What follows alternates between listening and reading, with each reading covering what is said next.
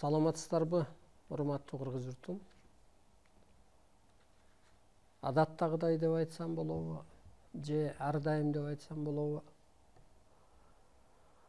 Ушул адамзаттын уйга такалган кезде, ушу күнү түнү кызматта көктөн буйрулган кыргызды ойготуучу, адамзатты куткаруучу Арыстан Алай ушул сиздердин кызматыңыздарда. Адаттагыдай десем туура болбой калат окшойт. Себеби күнү түнү мен адамзатты ойготом.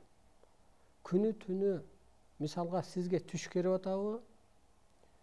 Ошол анатомиянын, астрологиянын ролун аткарган адам катары, же ушу жаңы кудайга айланган адам катары мен ошол кыргызга мээрим төгүп,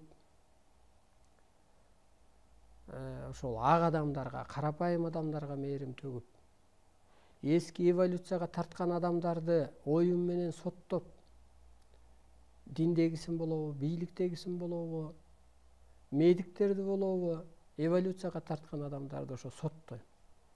Ошо күнү түнү менен ошо кызматтамын адамзат үчүн. Ошондуктан бул эфир, бул элчилик гана жагым. А энергия жагым,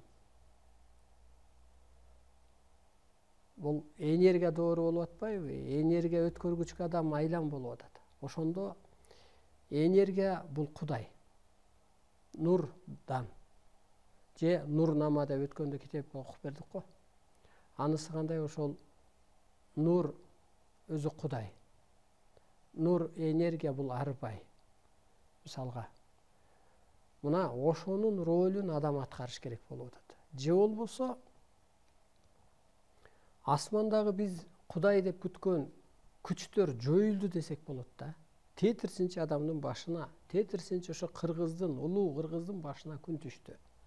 Улуу кыргыз тетирсинчи ошол улуу күчтөрдүн ордун аткарганга жоопкер болду.